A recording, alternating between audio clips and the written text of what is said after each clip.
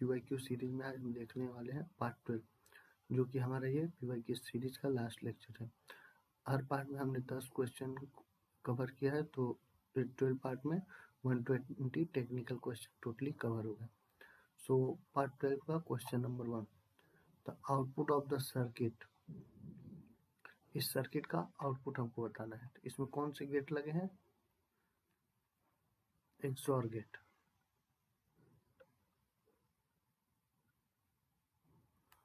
XOR gate का truth table क्या होता है?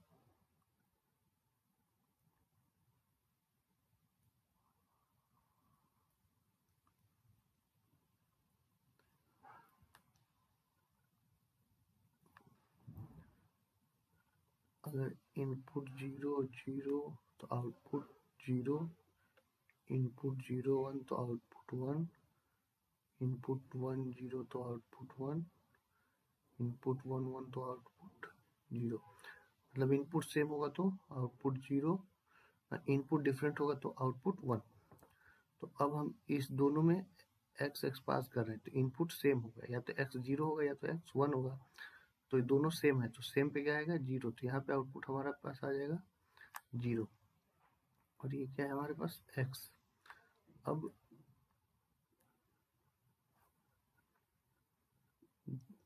0 XOR x, ये क्या हो जाएगा? x आएगा। क्यों? क्योंकि x को अगर 0 रखेंगे तो 0 और 0 पे इनपुट क्या आ जाएगा? 0। और अगर x इक्वल टू 1 रखेंगे तो 0 और 1 पे आउटपुट क्या आएगा? 1। तो ये x की वैल्यू पे डिपेंड कर रहा है। तो 0 XOR x क्या हो जाएगा? ये x इसका आउटपुट आ जाएगा। और ये हमारे पास सेकेंड इनपुट क्या रहा? x। फिर x और x का XOR सेम है, सेम इनपुट पे आउटपुट क्या हो जाएगा? 0। तो फाइनल आंसर क्या होगा हमारा? ऑप्शन बी है, output is 0। Second question, in how many ways can 3 Indians, 4 Americans and 4 Englishmen be seated in a row so that all persons of the same nationality sit together? तो हमको मतलब 8 जो Indian है उनको एक साथ बैठाने हैं, 4 अमेरिकन को एक साथ और 4 इंग्लिशमैन को एक साथ। तो लेट हम 8 इंडियन को एक ऑब्जेक्ट कंसिडर करते हैं, सिमिलरली 4 अमेरिकन को एक ऑब्जेक्ट और सिमिलरली 4 इंग्लिशमैन को एक ऑब्जेक्ट। यानी इस तरह से हम देखें तो ये 3 हो गए। 3 को कितने तरह से अरेंज कर सकते हैं? 3 फैक्टोरियल। बट 8 इंडियंस को भी तो आपस में 8 वे से अरेंज कर सकते हैं। तो ये कितना हो जाएगा? 8 फैक्टोरियल इंटू सिमिलरली 4 अमेरिकन को 4 फैक्टोरियल और सिमिलरली 4 इंग्लिशमैन को 4 फैक्टोरियल। तो आंसर कौन सा हो जाएगा? Option A. Next question, question number 3, for a complete graph by removing maximum edge we can construct a spanning tree। तो क्या होता है? e minus n plus 1। Option A. Edge e है number of edge and a number of nodes. Edge में से nodes को minus करके 1 plus कर देते हैं तो स्पैनिंग ट्री बन जाती है। क्वेश्चन नंबर 4, क्वेश्चन नंबर 4 पूछता हूँ, which of the following tautology. Tautology क्या होता है?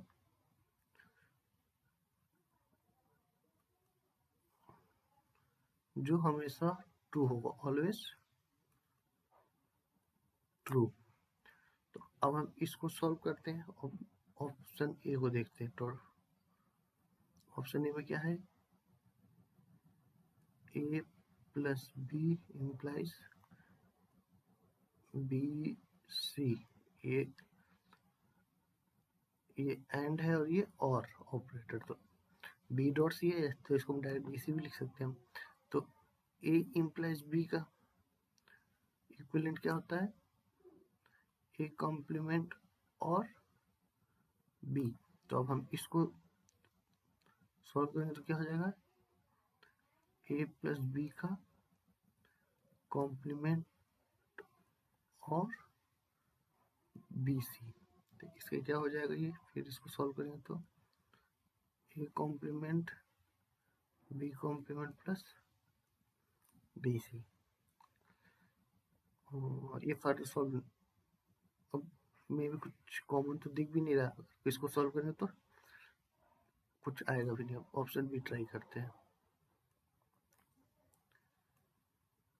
ए B implies B plus C, तो सेम ही फॉर्मूला आते हैं। ए बी का कॉम्प्लीमेंट मतलब A complement plus B complement plus B plus C. B plus B complement क्या होता है? 1। ठीक है, हो जाएगा A complement plus 1 plus C. 1 plus C क्या होगा? 1। ठीक हो जाएगा ए कॉम्प्लीमेंट प्लस 1, तो ए कॉम्प्लीमेंट प्लस 1 क्या होगा? 1। ये ट्रू है।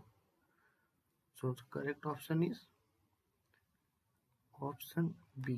हम ऑप्शन सी को ट्राई करके देखते हैं, तो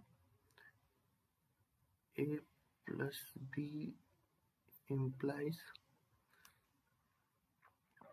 बी कॉम्प्लीमेंट, अगर हम इसको सॉल्व कर ले बी कॉम्प्लीमेंट प्लस सी, तो अब इसको सॉल्व कर तो ए प्लस बी का complement plus B complement plus C. ठीक है, हो जाएगा A complement B complement plus B complement plus C. अगर हम यहाँ से बी कॉम्प्लीमेंट कॉमन ले तो क्या हो जाएगा? A complement plus 1 plus C. तो ये तो पूरा 1 हो जाएगा, तो ये क्या हो जाएगा? बी कॉम्प्लीमेंट प्लस सी। ये फर्दर सॉल्व नहीं होगा। सो हमारा इसमें करेक्ट ऑप्शन कौन सा है? Option number B. Next question,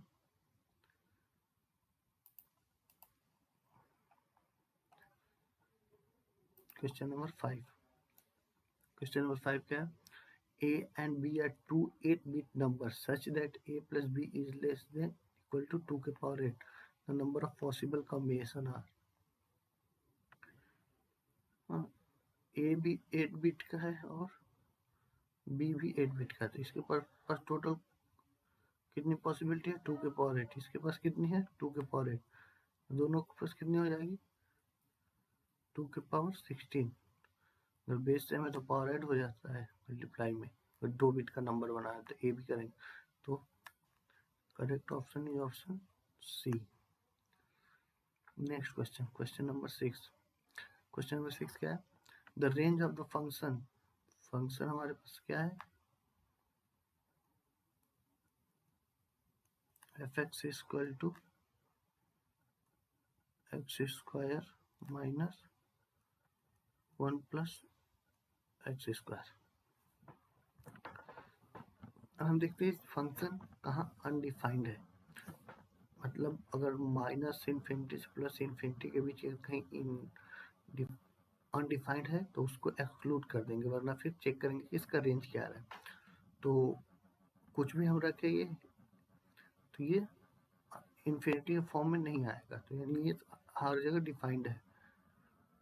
तो अब हम इसको देखते हैं कि इसका रेंज क्या है।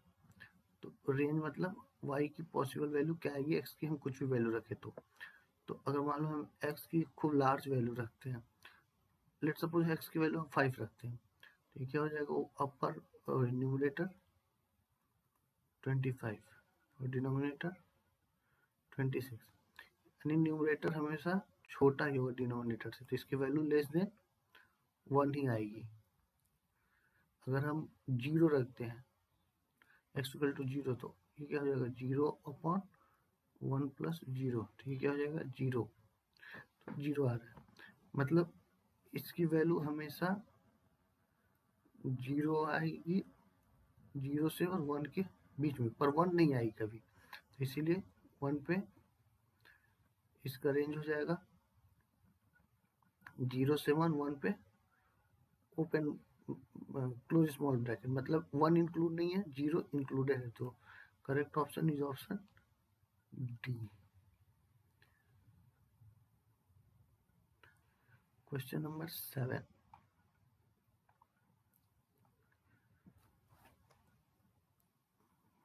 क्वेश्चन नंबर 7 क्या है?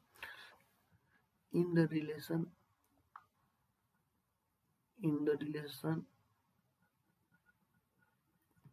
r equal to 1 comma 2 2 comma 3, the minimum number of ordered pair that must be added so that the enlarged relation is क्या रिफ्लेक्सिव सिमेट्री एंड ट्रांसिव, मतलब इसमें हम क्या ऑर्डर पेयर ऐड करें कि ये इक्विवेलेंस रिलेशन हो जाए।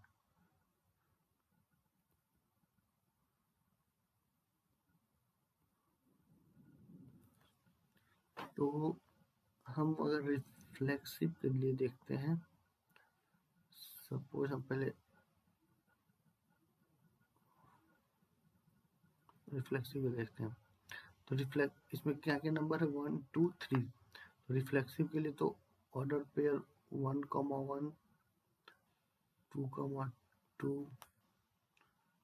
एंड 3 ये तो प्रेजेंट होने चाहिए तभी ये रिफ्लेक्सिव होगा। अब हम सिमेट्री के लिए देखते हैं,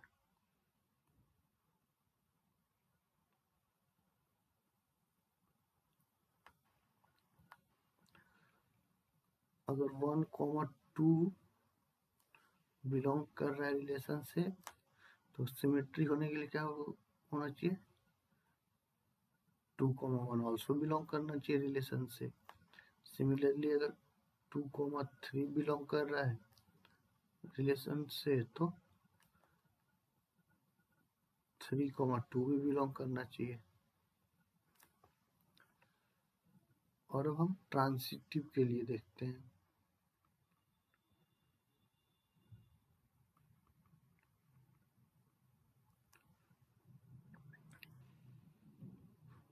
if 1 2 2 3 रिलेशन से बिलोंग कर रहा है, this implies 1 3 also belong to relation. मतलब अब 1 3 इसमें आ गया, तो 1 3 से यहाँ पे सिमेट्री डिस्टर्ब होगी। तो अगर 1 3 ऐड करेंगे देन 3 1 हमको और इंक्लूड करना पड़ेगा। तो टोटल हमारे पास कितने ऑर्डर पेयर आ गए, यहाँ पे आए थे 3, यहाँ पे आए थे 2, ये आया था 1 और ये आया 1। ये क्यों ऐड हुआ, इसके 1 3 को ऐड करने से सिमेट्री डिस्टर्ब होगी। फिर इसको सिमेट्रिक रिलेशन बनाने के लिए हमको 3 1 ऐड करना पड़ा। तो टोटल कितने हो गए 3 2 5 1 6 1 7। तो करेक्ट ऑप्शन है option D. Next question, question number 8, what is the meaning of the following declaration in C programming language, in bracket star p and square bracket 5। तो इसमें एक एरे है और एक पॉइंटर है, तो प्रायोरिटी ज्यादा किसकी है, पॉइंटर की। तो ये क्या हो जाएगा, p is a pointer to an array of, p is a pointer to an array of कितने एलिमेंट है 5, और किस टाइप के हैं, इंटीजर टाइप के। तो p is a pointer to an array of 5 integer, p is a pointer to 5 नहीं, ये array नहीं यहाँ पे बोला, p is a pointer to 5 integer, ये रॉन्ग है। p is a pointer to integer array, नहीं इंटीजर कितने साइज इसमें नहीं मिला। p is a pointer to an array of 5 integer, हाँ option D is the correct one. Next question,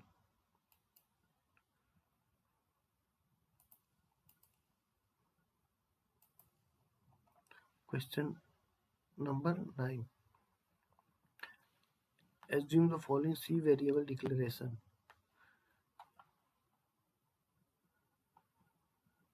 among the following expression which will not give compile time error if used as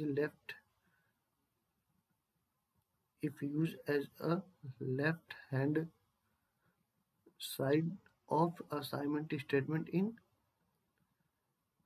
C programming। इसमें पूछा कि अगर हम इसमें से 4 option जो है, इसमें से अगर हम किसी को लेफ्ट हैंड साइड में यूज करेंगे तो किसमें हमको कंपाइल टाइम एरर नहीं मिलेगा। तो अब देखते हैं, इसमें दो है, इंट स्टार ए। तो इंट स्टार क्या है, ये क्या है, a is array, a is an array of 10 pointer to किस टाइप के, इंटीजर टाइप के। और बी क्या है, ये हमारा ये 2D एरे।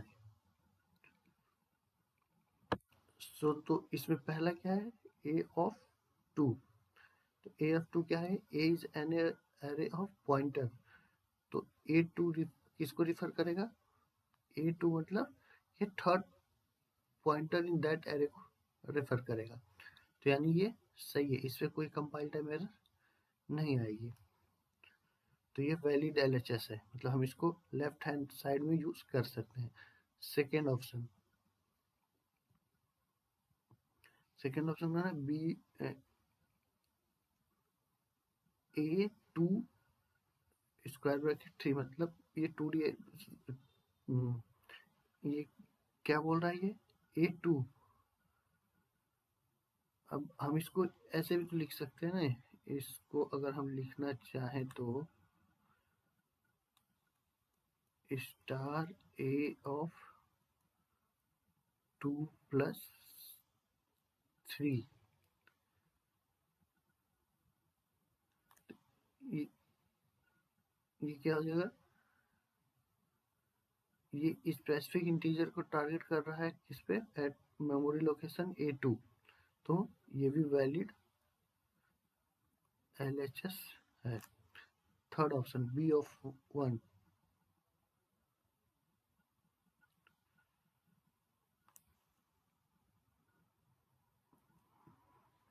और ये B1, B1, बी क्या है, 2D एरे।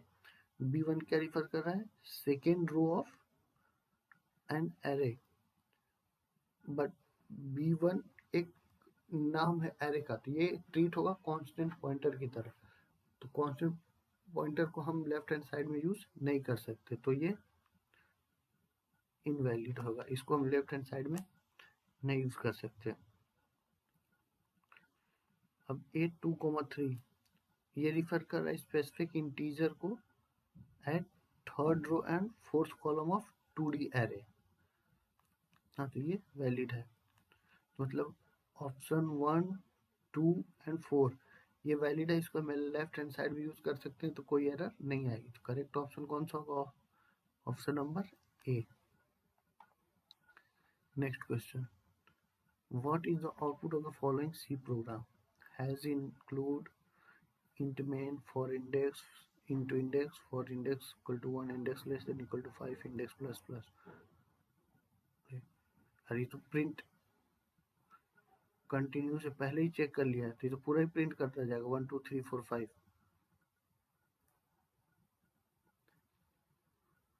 इसका ऑप्शन बी हो जाएगा। अगर ये प्रिंट कंटिन्यू के बाद होता, यहाँ पे होता कंटिन्यू के बाद, तो ये क्या प्रिंट करता,